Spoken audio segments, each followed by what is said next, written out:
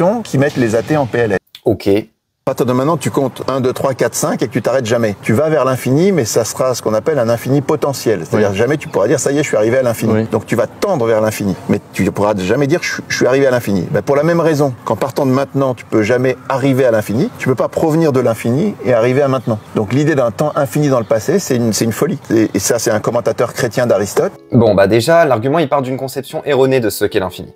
L'infini, c'est un concept abstrait qui décrit quelque chose qui n'a ni limite ni fin. C'est pas un événement particulier ou une distance à parcourir sur une ligne de temps. C'est une propriété à part entière de cette ligne de temps.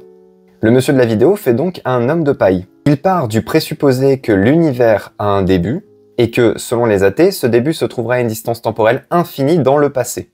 Mais cette idée de début à l'existence, elle fait pas du tout consensus aujourd'hui. On n'a pas de vraie bonne réponse définitive à cette question.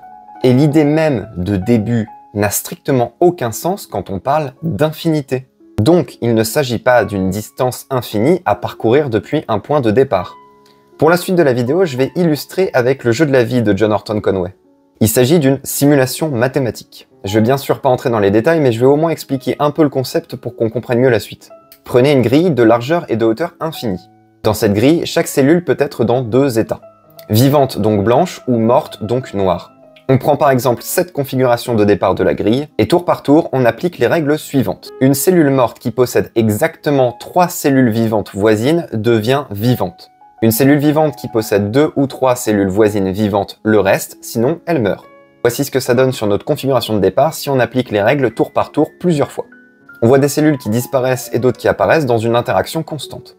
L'idée, ça va être de se servir de ce genre de simulation pour essayer de comprendre 2-3 trucs au fonctionnement potentiel de notre univers.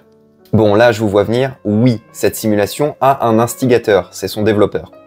Mais ce qui compte, c'est l'implémentation des règles élémentaires de cette simulation, pas que cette dernière est une origine.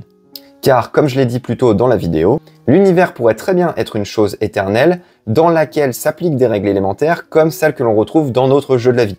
Maintenant que c'est clarifié, on retourne à notre simulation.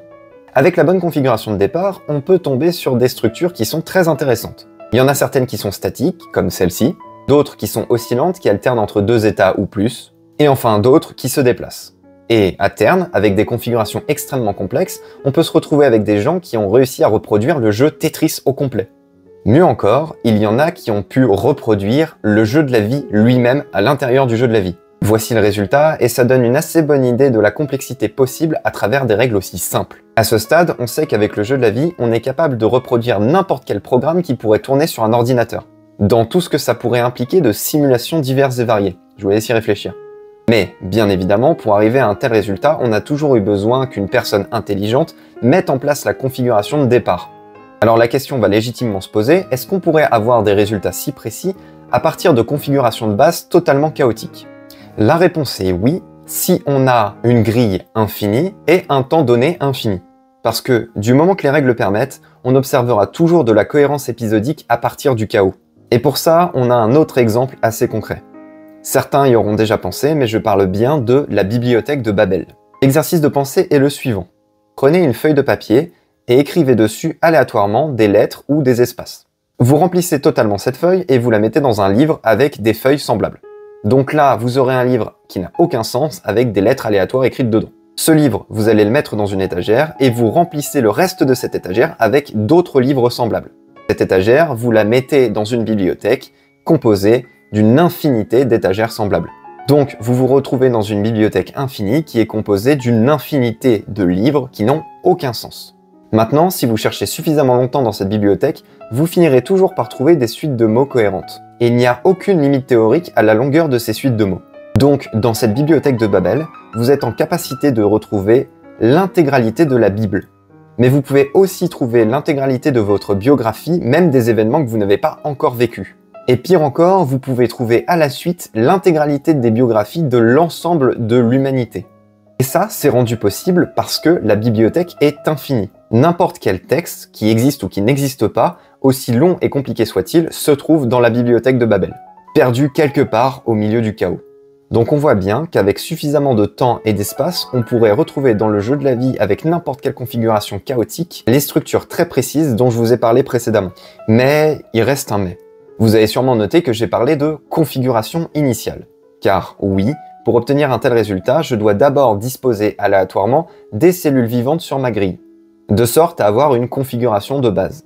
Et ce serait là la limite de l'analogie avec le jeu de la vie. Sauf si on modifie un tout petit peu la simulation pour qu'elle colle mieux à la réalité de ce que l'on observe. Intuitivement, on admet tous que chaque conséquence doit avoir une cause. C'est le principe de causalité.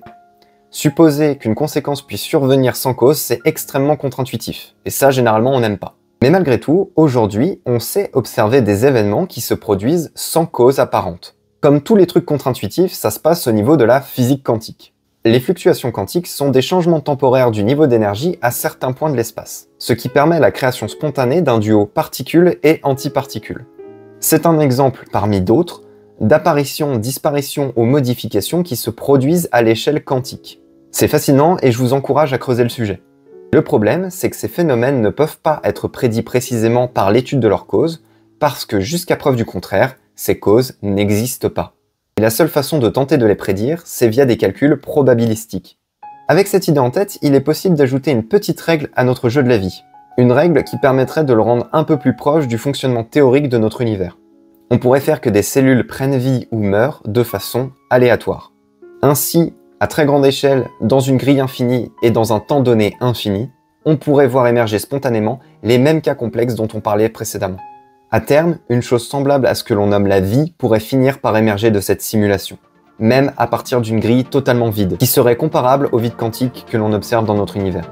Cette hypothèse qui tient compte du principe d'infinité et qui n'a pas besoin d'origine est au moins aussi valable que l'hypothèse Dieu.